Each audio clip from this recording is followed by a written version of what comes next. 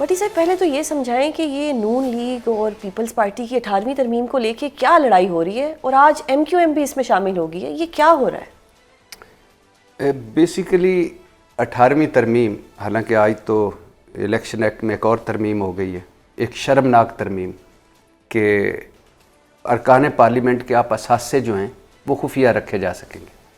میں تو کہتا ہوں اب ایک ترمیم کر دیں کہ ہم الیکشن میں ووٹ نہیں ہوں گے، چنیں گے، اور وہی تو ہو رہا ہے ویسے، اور نہیں باقاعدہ کر دینا، تو وہ جو ایک وہ اتنی لمبی ایکسرسائز ہے وہ اس سے جان چھوٹ جائے گی۔ اور ایک اور کر دیں کہ وہی ووٹ کاؤنٹ ہوگا جو مسلم لیگ اور پیپلز پارٹی کو ملے گا، اور اس کے بعد اگر کوئی ووٹ جو ریجیکٹ ہوگا وہ مولانا صاحب کو ملے گا، پھر اے این پی کو ملے گا، پھر پی ٹی آئی کی تو جماعت ہی ختم ہے، پی ٹی آئی اور عمران خان کو بالکل سائڈ پہ کر دیں، وہ نہیں ٹھیک، صحیح ہو گیا۔ دنیا کے کسی مہذب ملک میں یعنی یہ ہوتا ہے کہ آپ کا جو نمائندہ ہے وہ اس کے اساس سے آپ خفیہ رکھیں، پبلک نہیں، ہاں، یعنی آپ اتنے شرمناک طریقے سے، اتنے افسوسناک طریقے سے، آپ اتنی ڈٹھائی سے ایسی ترمیمیں لا رہے ہیں۔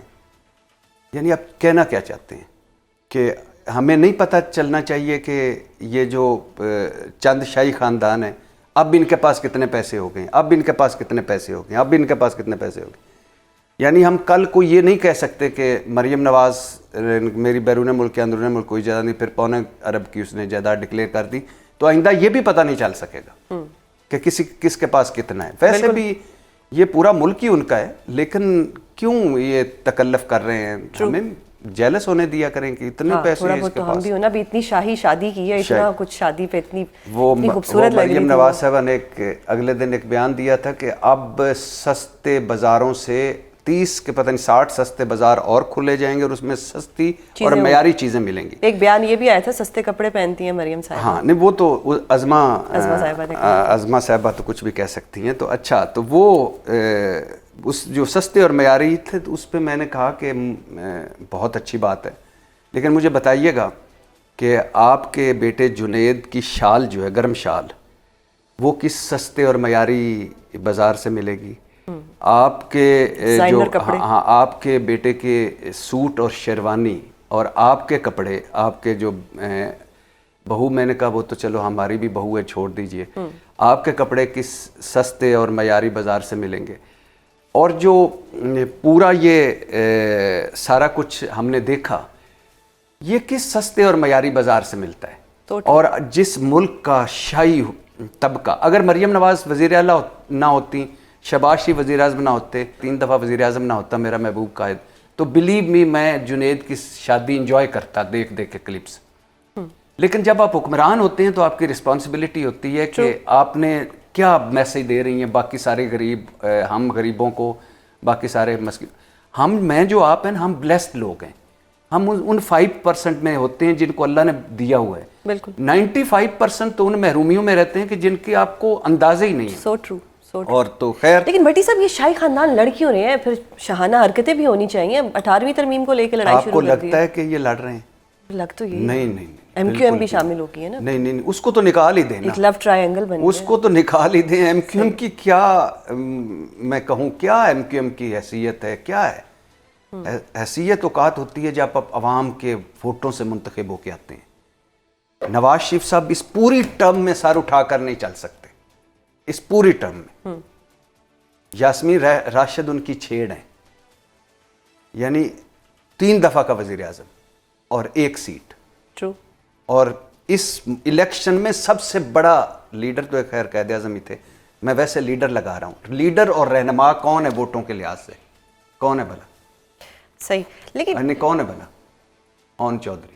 اچھا، صحیح، جس کو سب سے زیادہ ووٹ پڑے ہیں۔ آپ اندازہ کریں اس الیکشن کی خوبصورتی، سلمان اکرم راجہ بیچارہ اتنے ووٹ لے کے ہار گیا، اور اون چودھری کو اتنے ووٹ پڑے، حالانکہ نواز شریف صاحب نے بھی ووٹ ڈالے، اتنے ووٹ پڑے جتنے کسی کو نہیں پڑے۔ تو اس طرح کا یہ جینوئن الیکشن تھا۔ اب جہاں تک اب شاہی خاندانوں کی بات ہے، اب بے فکر رہیں، یہ بالکل نہیں لڑ رہے۔ یہ انہوں نے 18ویں ترمیم، نورا کشتی ہے، 18ویں ترمیم بالکل نورا کشتی، اور اچھا نورا کشتی کی بھی فرسٹ کاپی نہیں ہے نا، فرسٹ کاربن کاپی نہیں، بدترین 10ویں 12ویں۔ ابھی آپ نے جو شوز پہنے ہوئے تھے وہ اوریجنل ہے بھٹی صاحب، میرے میں چائنا کاپی مجھے نہیں لگتا اتنے آپ قیمتی پہن سکتے ہیں. نہیں، کبھی کبھی کمیٹیاں شمیٹیاں ڈال کے بندہ افورڈ کر ہی لیتا ہے. بھائی اب اپنے حکمرانوں سے ہم نے کچھ تو سیکھنا ہے نا، برانڈیڈ کپڑے شپڑے کچھ تو ہم نے بھی سیکھنا ہے. نہیں آج مجھے آپ وہ اسی شادی کی میں آئی ہوئی ایک یہ کمپلیمنٹ ہے میرے لیے، کیونکہ وہ کیا کمال شادی تھی. یہ بالکل بھی آپ نے یہ اس پہ فکر نہیں کرنا، یہ نہیں لڑ رہا ہے. دوسرا 18ویں آئینی ترمیم میں ترمیموں کی ضرورت ہے، نئے صوبے بننے چاہیے. NFC ایوارڈ میں کٹوتی یعنی سارے پیسے صوبوں کو نہیں دینے چاہیے. بلاول بھٹو صاحب بیسک چیز یہ ہے کہ 3.5-4 گھنٹے کی انہوں نے گھوم کے پریس کانفرنس اور پریس بریفنگ دی اور گل پلازا میں آگ لگ گئی. اچھا مزے کی بات سنیے، میں ابھی اس گل پلازا کے صدر کی بات سن رہا تھا. پہلا بندہ جو پہنچا وہ بھلا کون تھا؟ گورنر کامران ٹسوری. پہلے بندے نے جس نے 5,000 لوگ تھے اور پہلی مرتبہ لوگوں نے وہاں ان کے ساتھ سیلفیاں بنوائیں اور ان کے ساتھ کھڑے ہوئے. وجہ کیونکہ گورنر نے گورنر ہاؤس کھولا ہوا ہے. کوئی پتہ نہیں کروڑ ایک لوگ گورنر ہاؤس میں آ چکے ہیں، لاکھوں لوگ ان کی بیل کھڑکا چکے ہیں، کوئی لاکھوں لوگ راشن لے چکے ہیں، 50,000 لوگ IT کر چکے ہیں. تو گورنر پہلے آئے اور گورنر نے ایکٹیو کر کے 22 لوگوں کو نکلوایا. 23 گھنٹے میئر صاحب کہیں نہیں منظر عام پہ نہیں تھے. سر وہ کہتے ہیں کہ جی انہوں نے ان کے آنے سے کیا ہی ہو جانا تھا، ٹریفک بلاک ہو جانی تھی تو اس لیے نہیں آئے. ان کے پارٹی کے لوگ کہتے ہیں آگ ہے لگ جاتی ہے، نیوزی لینڈ میں بھی لگی تھی، لگ گئی آگ، ادھر بھی لگ گئی. انسانوں کو انسان سمجھا جاتا ہے. نیوزی لینڈ ویلفیئر اسٹیٹ ہے. ہمیں صومالیہ، برونڈی، گھانا ان سے ایگزامپل دینی چاہیے. اور 1700 آگ لگنے کے واقعات صرف کراچی میں پچھلے 1 سال میں ہوئے، 2728 پورے سندھ میں ہوئے. تو ایک کے بعد سیکھنا چاہیے. اچھا 18ویں آئینی ترمیم پہ آئیں. 18ویں آئینی ترمیم میں ترمیموں کی ضرورت ہے، لیکن چونکہ انہوں نے سیف ہیون کریٹ کیے ہوئے ہیں اور یہ اب 18ویں آئینی ترمیم میں اس نظام کی بات کر رہا ہوں اور میں بھی اس میں شامل ہوں. اگر اسٹیبلشمنٹ چاہتی ہے تو میں اس کے ساتھ کھڑا ہوں. اس میں ترمیم ہونی چاہیے اور نئے صوبے بننے چاہیے. لیکن چونکہ اب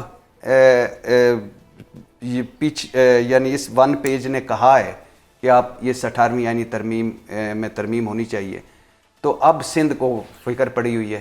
تو اب 28ویں آئینی ترمیم بھی آئے گی اور صوبوں کے اختیارات بھی کم ہوں گے. 29ویں بھی آئے گی. صحیح. بھٹی صاحب آج ٹرمپ کے پہلو میں بیٹھے ہوئے وزیر اعظم شہباز شریف صاحب آنے والے دنوں میں آپ کو مزید کتنے مضبوط ہوتے ہوئے دکھائی دے رہے ہیں؟ مجھے ایک بات بتائیے کہ یہ چھوڑ دیجئے کہ عمران خان یہودی ایجنٹ ہے، یہ چھوڑ دیجئے کہ دیکھو جی وہ تو یہودیوں کا اعلیٰ کار ہے، وہ اسرائیل کو تسلیم کرنے والا ہے، وہ اس کے تو اسرائیل سے رابطے ہیں اور فلانا. یہ سستی جذباتی جھوٹی گفتگو کو ایک طرف رکھیے. صحیح. اس کو بھی ایک طرف رکھیے. اچھا مجھے بتائیے اقوام متحدہ میں اسرائیل اور ہم دونوں ساتھ ساتھ ہیں نا، سلامتی کونسل میں بھی ہوتے ہیں، اور جب وہ آتے ہیں ہم نکل جاتے ہیں. اگر اکٹھے ہوں، جب ہم آتے ہیں تو وہ ان کی مرضی نکلنا نہ نکلنا. اس کے علاوہ میرے پاس حقیقت بتائیں آن بورڈ آپ کے پاس آپشن کیا ہے. اس کو بھی چھوڑ دیجئے کہ ہم نے ٹرمپ صاحب کو خوش رکھنا ہے، بھاگ لگے رہن تسی بڑے عظیم ہو، تھوڑے باغ صاحب اور جتھے بھی آیا دونوں ہاتھوں. وہ شہباز شریف صاحب نے حد ہی کر دی. ٹرمپ صاحب ہیں خود سے محبت کرنے والے آدمی.